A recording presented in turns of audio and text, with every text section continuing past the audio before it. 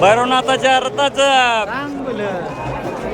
नमस्कार धाराशिवकर. तर आज आपण आलो आहोत महाराष्ट्रातील नाथ संप्रदायाचे एक प्रसिद्ध धार्मिक स्थळ म्हणजे सोनारी येथे. चैत्र महिन्यातील या यात्रेचा आज महत्त्वाचा दिवस रथ उत्सव हा मोठ्या उत्साहात साजरी केला जातो.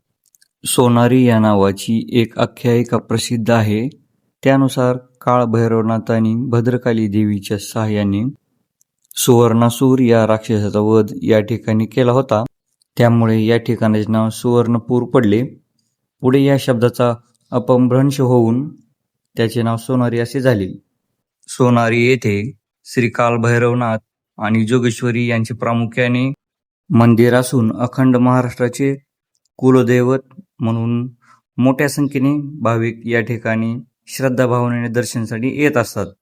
संत रामदास स्वामी यांचे शिष्य कल्याण स्वामी यांनी श्री काल भैरवनाथ जोगेश्वरी यांचे महात्म्य लिहिले असे म्हटले जाते. चला तर मित्रांनो, होऊन जाऊ दे एकदा काल भैरवनाथाच्या नावानं चांगल्याचा जयघोष. भैरवनाथाच्या रथाचं.